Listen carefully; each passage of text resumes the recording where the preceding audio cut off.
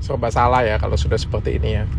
Kalau dibales jadinya sebales-balesan, jadi kayak bocah, jadi kayak anak kecil ya jadinya ya.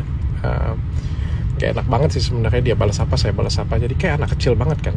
Nggak dibalas jadinya penggiringan opini.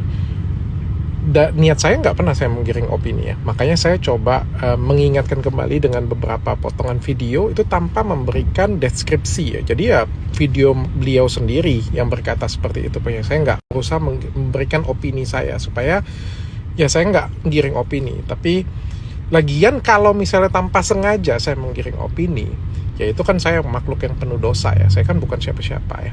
Tapi kan beliau dengan status beliau seperti itu yang merupakan panutan bagi banyak umat, harusnya kan tidak memberikan contoh seperti itu sih menurut saya. Jadi ini pengiringan opini yang bukan ngomongin dia pun jadinya ke dia. Lucu banget ya, ketika tidak bisa menjawab semua bukti-bukti yang saya keluarkan, sekarang mulai menggiring opini lagi terhadap saya. Katanya, wah dengan dia sebagai pemuka agama. Anda salah. Saya hanya ibu rumah tangga biasa yang baru hijrah dan masih belajar. Dan saya masih sangat jauh dari kata sempurna. Tapi bukan berarti kalau seandainya saya sedang berusaha menjadi yang lebih baik dari pribadi saya, Anda seenak-enaknya saja memfitnah dan menggiring opini terhadap saya. Bukan berarti kalau seandainya Anda nggak berjilbab gitu, jadi Anda bisa seenaknya saja melakukan kesalahan. Tidak, manusia siapapun tidak luput dari kesalahan. Jadi stop menggiring opini publik lagi. Coba dijawab aja terkait dengan judul konten Anda yang memfitnah saya, aparat kepolisian dan BPOM, konten Anda yang bilang saya pakai antek Sambo, dan jawab juga tentang ahli-ahli yang Anda undang tapi kalimatnya Anda potong sehingga pernyataannya jadi misunderstanding di publik demi kepentingan pribadi. Dan juga ada salah satu juga ahli yang datang ke podcast Anda merasa di-prank loh, soalnya tidak dijelaskan fakta dan juga kasus yang sebenar-benarnya. Apakah itu edukasi atau hanya untuk kepentingan pribadi? Saya jadi bingung. Segitunya. Coba be gentle and be a man. Sekarang gak usah bawa-bawa background agama siapapun, karena itu urusan pribadi individu. Ya, jadi stop menggiring opini dari yang seperti sebelum-sebelumnya yang saya cuma diem. Sekarang coba Anda bahas ini dari segi mata hukum yang sejujur-jujurnya. Kalaupun saya mau bikin podcast, juga bikin yang sportif dan jujur.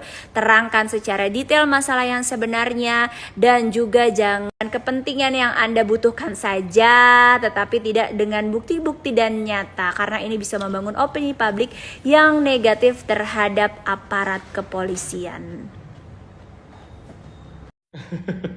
Di mana sih aku ada ngomong pemuka agama? Ada nggak sih aku ngomong pemuka agama? Ini jadi kayak sekongkol nih. Kalimat yang nggak, kata-kata yang nggak ada jadi ada nih jadinya. Iya, gak ada ngomong pemuka agama, tapi katanya kan saya panutan umat, ya. Tapi yang lucunya lagi, kenapa giliran yang kayak gitu dibales, katanya ntar kayak bocah. Coba dong sekalian, udah bales kan, jawab tuh fakta-fakta yang terjadi. Coba jelasin juga, ayo gentle, udah bales juga kan, biar kayak bocah. Coba, jangan cuman yang dibales yang nyinyir-nyinyirnya aja. Ayo yuk, coba bales, saya tunggu ya. Dia minta aku balesin, ya sudah aku balesin, nggak apa-apa. Ngerti tanda baca nggak ya? Nih ya, ini pakai tanda baca bu, tanda seru, tanda tanya. Ini mana lagi nih? Ini ya, ini pakai.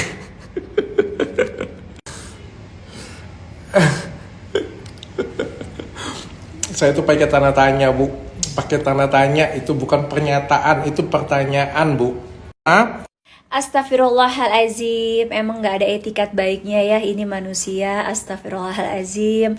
Kenapa sih pada saat kamu tidak bisa menjawab fakta-fakta yang saya keluarkan, lalu kamu mulai mengalihkan isu dengan potongan video lagi, disambungkan dengan berita yang tidak juga bisa dipertanggungjawabkan. Penggiringan opini lagi. Kenapa sih kamu yang membuat suatu giringan opini negatif ketika orang membuktikan dengan fakta-fakta yang nyata, malah dia mengalihkan isu?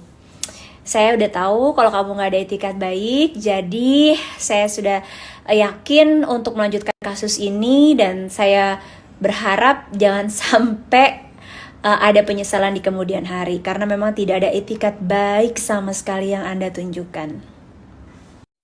Yuk gentle, coba jawab dulu semua tuduhan-tuduhan yang tidak ada faktanya, dan juga coba jawab kenapa ahli-ahli tidak diterangkan dengan kasus yang sebenar dan seterang-terangnya, malah membuat opini negatif terhadap saya dan juga pihak kepolisian.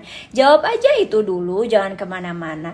Malah klarifikasinya cenderung membenarkan pendapat pribadinya, bahkan menolak kebenaran dari saksi atau pakar ahli yang memang sudah expert di bidangnya. Kalau seandainya emang ngerasa paling bener dan paling pinter, ngapain ngundang-ngundang ahli? Kalau nggak sesuai dipotong. Miris banget deh.